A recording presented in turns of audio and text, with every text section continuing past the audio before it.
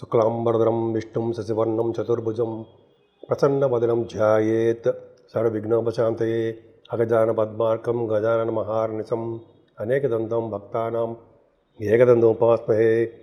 ఓం గం గణపతయే నమః. ఓం శ్రీ మాత్రే నమః. ఓం శ్రీ గురుభ్యో నమః. మా ఆది హాస్టల్ని చూస్తున్నటువంటి మీ అందరికీ పేరు పేరున నా హృదయపూర్వక నమస్కారాలు. నేను మీ Vadarevu Adinarayanarao Sharma, CMA and MA astrology and vastu అండి.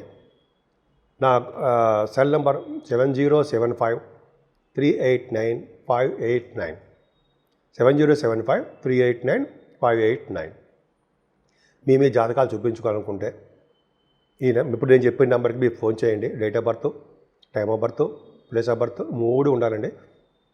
అంతేకాకుండా మ్యాచింగ్ అంటారు కదా, వధూవారుల జాతకాలు కలిసే పొంతన అది చెప్తాము. ముహూర్తాలు, వివాహ ముహూర్తాలు పెడతాము కదండి, పెడతాను అంటే నేనే చేస్తాను, ఎవరు ఉండరు. చక్కగా అద్భుతంగా నేనే పర్సనల్గా మీతో మాట్లాడుతూ ఉంటా కూడా. ఫోన్ చేస్తే కూడా లిఫ్ట్ చేసేది కూడా నేనే. సో ఈ విధంగా మీకు ఏమాత్రం డౌట్లు ఉన్నా, ఏదున్నా అవకాశం ఉన్నా చెప్పించుకోండి. సరే అండి, ఇప్పుడు మనం 1 జూలై 2025 నుండి 31 జూలై 2025 వరకు కూడా ప్లానెటరీ పొజిషన్ ఎలా ఉంది, ఆ గ్రహాల యొక్క ప్రభావం వివిధ రాశుల మీద ఎలా ఉండబోతుందో ఇప్పుడు మనం తెలుసుకుందాం. నా వీడియోస్ మీకు నచ్చితే ఎప్పటిలాగే మీరు లైక్ చేయండి, షేర్ చేయండి, సబ్స్క్రైబ్ చేయండి. మీనరాశి వారికి శనీశ్వరుడు 13వ తారీఖు నుంచి ఉన్నాడండి. 13వ తారీఖు నుంచి వక్రగతిలో ఉండడం వలన ప్రతి పనులను ఆటంకాలు కలిగిస్తాడు. మనసు చికాకుగా కలగడము, సంపూర్ణమైన ఆరోగ్యవంతులుగా కొద్దిగా ఆనందంగా ఉండలేకపోవడము, ఏదో డిస్సాటిస్ఫాక్షన్ అంటారు సరే, వెలితిగా ఉండడము, ప్రతి పనులను బద్ధకం వచ్చేసేయడము చాలా ఇబ్బంది కలిగిస్తాడంటే ఒక 4 నెలల పాటు జూలై కరెక్టే, జూలై 29 కాబట్టి 13 కాబట్టి July, August, September, October, November ఈ 4 నెలలు 5 నెలలు కూడా మీరు జాగ్రత్తగా ఉండాలండి. తర్వాత మీ ఫైనాన్షియల్ విషయంలో మాత్రం ఏం ఇబ్బంది పడరు, ధనప్రాప్తి బాగానే ఉంటుంది, అందులో ఇబ్బంది పడాల్సిన అవసరం లేదు. కానీ మీ ప్రయాణాలు బాగా చేస్తారండి. మీ చెల్లెళ్ళని తమ్ముళ్ళని కలవడానికి అవకాశాలు ఉంటాయి. కారులో, ఆభరణాలు, వస్తువులు, డ్రెస్సెస్ కొనుక్కోవడానికి అవకాశాలు ఎక్కువ. చక్కగా మీరు విద్యలో బాగా రాణిస్తారు. వేదశాస్త్రాలకి, ఆగమశాస్త్రం నేర్చుకునే వాళ్ళకి చక్కటి అవకాశం గురుడు చతుర్థ భావంలో ఉండడమే. ఇంకా చెప్పాలంటే మీ తల్లిగారికి ఆరోగ్య పరిస్థితి పర్ఫెక్ట్గా చాలా బాగుంటుంది. ఆవిడ గురించి మీరు ఏం బెంగపడాల్సిన అవసరం లేదు. కాబట్టి ఇంకా ఏం చెప్పాలంటే గురు ప్రభావం బాగా మీకు చతుర్థ భావం ఉంది కాబట్టి, చతుర్థంలో ఉన్నాడు కాబట్టి మీరు వేదశాస్త్ర పండితులుగా వేదశాస్త్రం చెప్పుకున్నాం కాబట్టి రైతులకి బాగా డబ్బు వచ్చే అవకాశాలు ఎక్కువ ఉన్నాయి. పంచమభావంలో రఘుపతులు ఉన్నారంటే జాతకంలో కూడా చూసుకోండి, దీర్ఘాయుష్మంతులైనటువంటి కుమారులు జన్మిస్తారు అని శాస్త్రం చెప్తుందండి.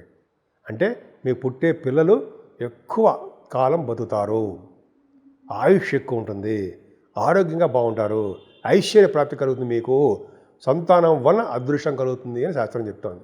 ఇది అంతే, ఇక్కడ కూడా అంతే. పైగా రఘుపతులు పంచమస్థానంలో ఉన్నారు కాబట్టి డాక్టర్స్ సూత్రాలు ఉన్న వాళ్ళకి చాలా బాగుంటుందండి. ఈ ఫైనాన్స్ సంబంధించిన వాటిలో కూడా బాగా ఆడిటర్స్గా పేరు ప్రఖ్యాతులు తెచ్చుకుంటారు. స్టాక్ మార్కెట్లో ఒక వెలుగు వెళ్ళడానికి అవకాశం, వెలుగు అంటే మీరు సంబంధించినటువంటి ఫైనాన్షియల్ స్టేటస్ పెరుగుతుంది. ఎక్స్పీరియన్స్డ్ వాళ్ళకి మాత్రం ఎక్కువ బాగా అవకాశాలు ఉన్నాయి. 6వ భావంలో కుజుడు కూడా సక్సెస్ రేట్ని బాగా ఇస్తాడండి. కుజుడితో కలిసిన కేతు కాబట్టి ప్రతి రంగంలో ముందంజలో ఉంటారు. లా సంబంధించిన విషయాల్లో కూడా మీకు బాగా డబ్బులు సంపాదించుకుంటారండి, కీర్తి ప్రతిష్టలు తెచ్చుకుంటారు. ముఖ్యంగా ఇక్కడ ఇంపార్టెంట్ ఇష్యూ చెప్పాల్సింది ఏంటంటే 7వ భావంలో కుజుడు ఉన్నాడు. కుజుడు మీకు ద్వితీయాధిపతి 7వ భావంలో ఉన్నాడంటే మంచిదే, కాదన్ను. కాకపోతే ఇక్కడ ఏంటంటే 7వ భావానికి పరమపాపి అయినటువంటి శనీశ్వరుడు వక్రగతిలో ఉండి చెడు దృష్టితోటి కుజుడు చూస్తున్నాడు. 7వ భావాన్ని శని చూడడం వలన కొద్దిగా మీకు యాక్సిడెంట్ జరగడానికి, దెబ్బలు తగలడానికి, మీ వ్యాపారాల రీత్యా కూడా ప్రయాణాలు చేస్తూ పడిపోవడానికి, బోన్స్ సంబంధించిన ప్రాబ్లమ్స్ రావడానికి అవకాశాలు ఉన్నాయి. మరి గురుదృష్టి ఉందా? అది కూడా లేదు. శుభగ్రహాల యొక్క దృష్టి కూడా లేదు. క్లియర్గా శనీశ్వరుడు వక్రగతిలో చూస్తున్నాడు. సో దానివల్ల కుజుడు ప్రభావం ఉంటుంది కాబట్టి దెబ్బలు తగ్గడము, మీకు బ్లడ్ కనపడము, ఇవన్నీ జరగబోతున్నాయి. కొంచెం జాగ్రత్తగా ఉండండి. First point.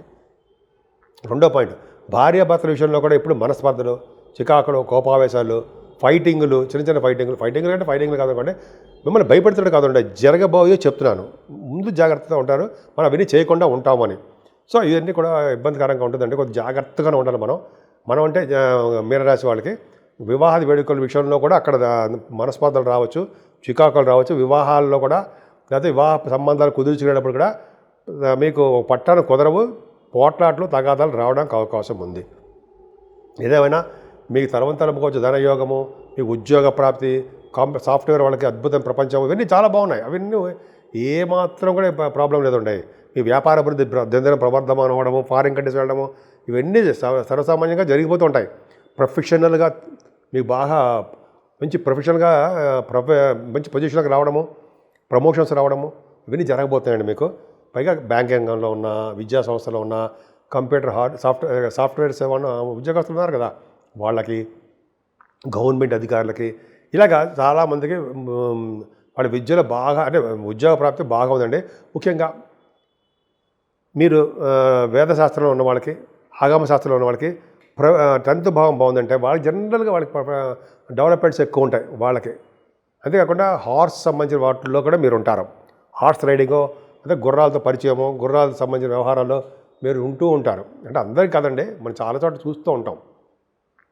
12వ భావం రాహు కూడా తప్పండి. 12వ భావం రాహుతో పాటు మీకు అంత అద్భుతమైన ఫలితాలు ఇవ్వడం, గురుదృష్టి ఉంది కాబట్టి పర్వాలేదు. ఏమైనా కుజ రాహుల మధ్యలో, కేతు రాహుల మధ్యలో ప్లానెటరీ పొజిషన్ సర్పదోషం ఉండడము, శనీశ్వరుడు మీ రాశిలో ఉండడము, ఆయన కూడా వక్రగతిలో ఉండడము ఒకటి పాయింట్. పైగా సప్తమ స్థానంలో కుజుడికి శనిదృష్టి ఉండడం 3వ పాయింట్.